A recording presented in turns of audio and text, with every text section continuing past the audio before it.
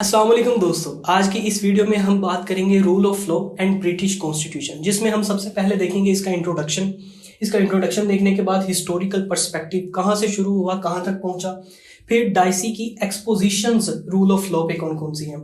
फिर एक मशहूर केस है एंटिक वर्सेस कनिंगटन केस, इसको भी डिस्कस करेंगे।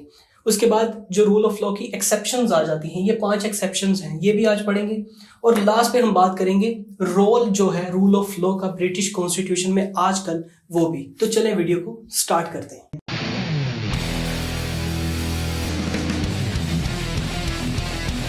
सबसे पहले हम बात करते हैं इसके इंट्रोडक्शन की बात करें तो रूल ऑफ लॉ की जो अहमियत है वो बिल्कुल सेम है जैसे एक एटम में न्यूक्लियस की अहमियत होती है, और ये एक फंडामेंटल प्रिंसिपल भी है। इसका जो मेन मकसद है वो ये है कि जो इंडिविजुअल्स हैं और जो इंस्टीट्यूशंस हैं वो subject to and accountable to law,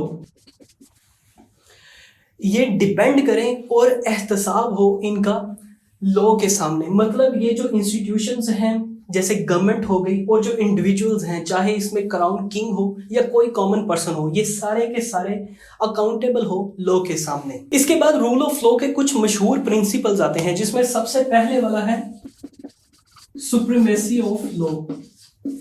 supremacy of law मतलब जो लॉ है वो सबसे सुप्रीम होगा। इंडिविजुअल हो, इंस्टीट्यूशंस हो, गवर्नमेंट हो, क्राउन हो, कुछ भी हो, इन सब से जो ऊपर होगा वो लॉ होगा। और अगर कोई भी गलत काम करता है तो इन सब का एहतसाब होगा, अकाउंटेबल होगी। दूसरा इसका प्रिंसिपल आता है इक्वेलिटी बिफोर लॉ। जो तमाम इंडिविजुअल्स हैं वो इक्वल होंगे लॉ के सामने, चाहे वो कोई प्राइम मिनिस्टर हो, चाहे वो कोई रेडी लगाने वाला या कोई दिहाड़ीदार तबका, कुछ भी कॉमन पर्सन कोई भी हो, या चाहे कोई प्राइम मिनिस्टर हो, उन दोनों का जो प्रोटोकॉल होगा, जो पेशी होगी, जो प्रोसीजर होगा, वो बिल्कुल सेम होगा। रूल ऑफ लॉ ये भी कहता है। और तीसरा प्रिंसिपल आता है इंडिपेंडेंस ऑफ जुडिशरी। जो जुडिशरी होगी वो प्रीजुडिस से पाक हो, यानी वो न्यूट्रल हो, इम्पार्शियल हो, और वो इंडिपेंडेंट भी हो। किसी गवर्नमेंट का उस पर कोई प्रेशर नहीं होना चाहिए, वो न्यूट्रल होकर फैसला करे। उसके बाद अगला पॉइंट यहाँ पे ये ऐड होता है कि इसकी डेफिनेशन क्या है। तो इसकी डेफिनेशन जो अरिस्टोटल बयान करता है, government by law is superior to government by man.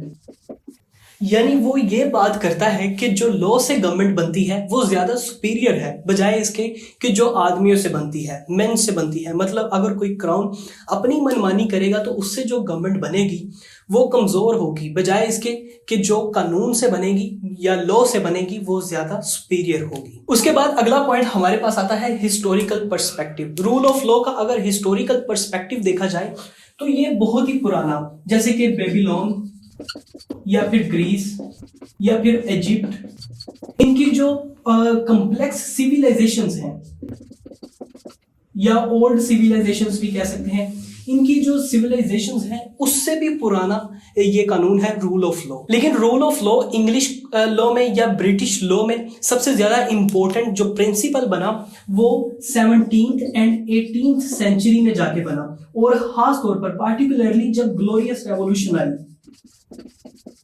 1688 में, तब जाके इसका नाम निकला कि ये रूल ऑफ लॉ बहुत ज्यादा इंपॉर्टेंट है और फंडामेंटल एंड सेंट्रल सिस्टम है, क्योंकि यही वो प्रिंसिपल था रूल ऑफ लॉ जो आर्बिट्रेरी पावर्स थी मोनार्की यानी किंग की या उसकी गवर्नमेंट की, उनके खिलाफ एक सेफ गार्ड था। और जो कुछ लीगल फिलोसफर्स ने इस कॉन्सेप्ट को ज्यादा डेवलप किया वो थे जॉन लॉक और मॉन्टेस्को।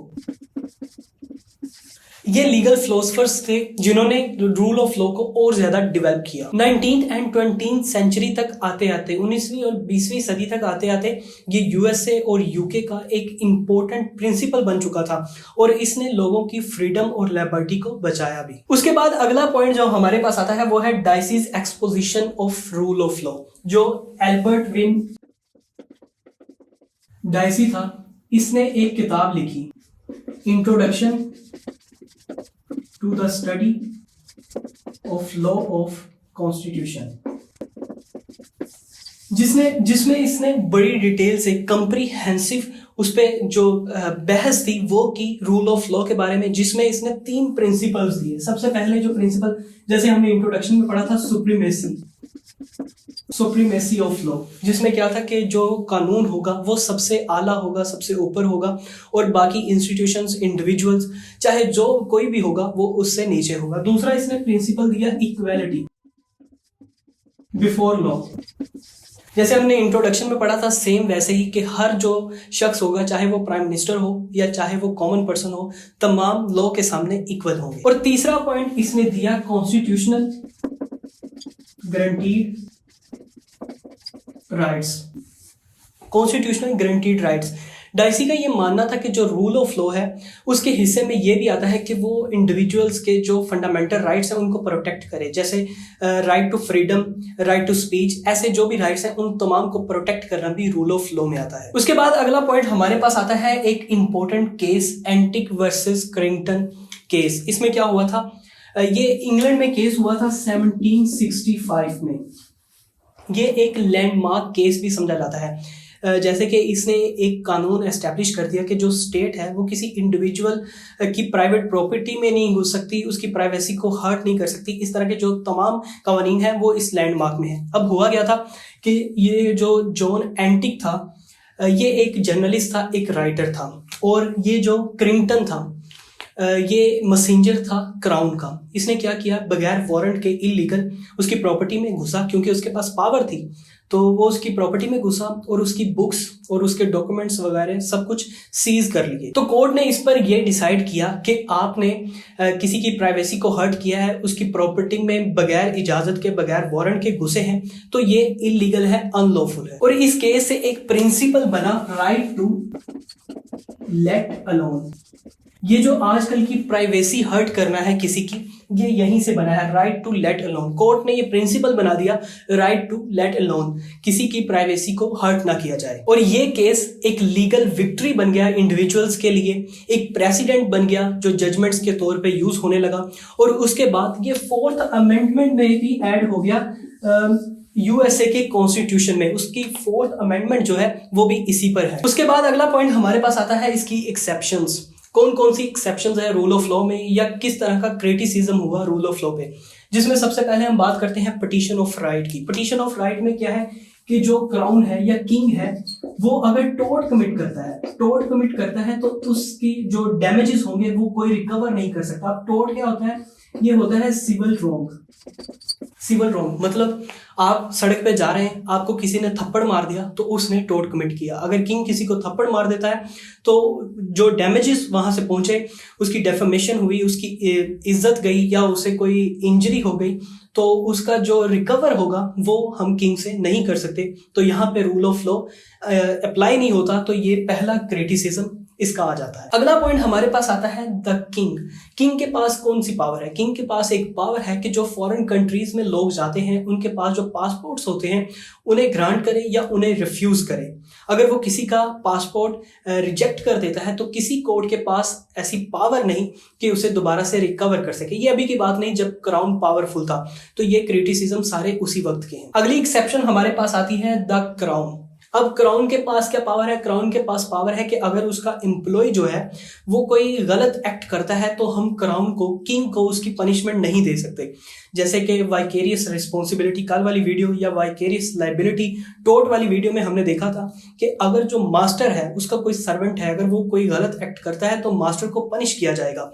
जैसे मिनिस्टर रिस्पॉन्सिबिलिटी में क्या था कि जो मिनिस्टर है उसका हाउस है या उसका जो ऑफिस है उसमें कोई जो उसका सबऑर्डिनेट है वो गलत काम करता है या कोई गलत एक्ट करता है तो उसकी पनिशमेंट मिनिस्टर को मिलेगी, लेकिन क्राउन को नहीं मिल सकती। अगला पॉइंट हमारे पास आता है पब्लिक ऑर्डर, जो कि एक एक्ट है 1916 में ये पास हुआ। इसमें क्या हुआ कि जो पुलिस थी उसको पावर दे दी गई थी कि वो रेगुलेट कर सकती है या प्रोहिबिट कर सकती है पब्लिक मीटिंग्स को। जैसे कि एक पब्लिक ऑफिसर्स जो थे, ब्लडी संडे, एक टर्म है ब्लडी संडे को क्या हुआ था कि 14 सिविलियंस जो थे उनको ऑफिसर्स ने सीधी गोलियां मार के मार दिया था। 1722 या 27 समथिंग इस डेट को ब्लडी संडे में ऐसा ही हुआ था। और यहाँ पर भी पब्लिक ऑर्डर के जरिए पुलिस को पावर दे देगी कि वो रेगुलेट कर सकते हैं पब्लिक मीटिंग्स को या प्रोहिबिट कर सकते हैं। और लास्ट पर एक और एक्सेप्शन आती है, the king can do wrong.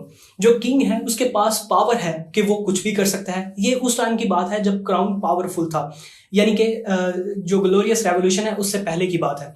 तो ग्लोरियस रेवोल्यूशन में क्राउन बड़ा पावरफुल था, तो वो कुछ भी गलत काम कर सकता था, लेकिन उस पर कोई केस नहीं हो सकता था। और लास्ट पे हमारे पास आता है role of rule of law in British constitution. जो रोल है आजकल वो 3 चीजों पे डिपेंड करता है। सबसे पहले अकॉर्डिंग्स विद लॉ। जो हर चीज होगी, हर काम होगा, वो लॉ के अकॉर्डिंग होगा। और जो रूल ऑफ लॉ होगा वो लॉ को कायम करेगा कम्युनिटी में रेदर देन एनार्की, यानी कि बादशाहत का सिस्टम खत्म करेगा और लॉ के अकॉर्डिंग सारा काम करेगा। दूसरा इसमें जो पॉइंट आता है वो है फंडामेंटल राइट्स का। फंडामेंटल राइट्स जो फंडामेंटल राइट्स हैं इंडिविजुअल्स के, जैसे कि right to speech, right of freedom या फिर राइट टू लिबर्टी, ये जो सारे राइट्स हैं इनको प्रोटेक्ट करना भी रूल ऑफ लॉ का काम है। और आजकल की अगर बात करें तो कॉन्स्टिट्यूशन का एक अहम पार्ट है जहां पर ये सारे राइट्स प्रोटेक्ट किए जाते हैं। और तीसरा जो पॉइंट है वो है गवर्नमेंटल ऑब्लिगेशंस। गवर्नमेंट की कौन कौन सी ड्यूटी है? सबसे पहले तो मिनिस्ट्रियल रिस्पॉन्सिबिलिटी।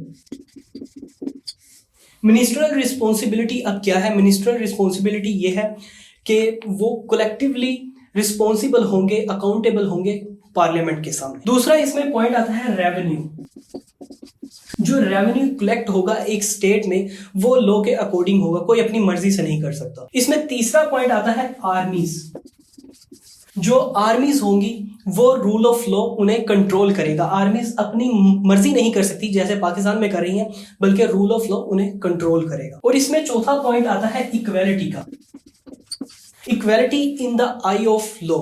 कानून की नजर में जो इक्वेलिटी है वो ये है कि किसी को तब तक पनिशमेंट नहीं दी जा सकती जब तक उसका जो रॉन्ग है, जो उसने गलत किया है, वो साबित ना हो जाए। तो गाइज ये थी आज की वीडियो। उम्मीद करता हूँ ये वीडियो आपको अच्छी लगी होगी। वीडियो अच्छी लगी हो या इस वीडियो की समझ आ गई हो तो इस वीडियो को लाइक करें और इस चैनल को फॉलो करना ना भूलिएगा। खुदा हाफिज।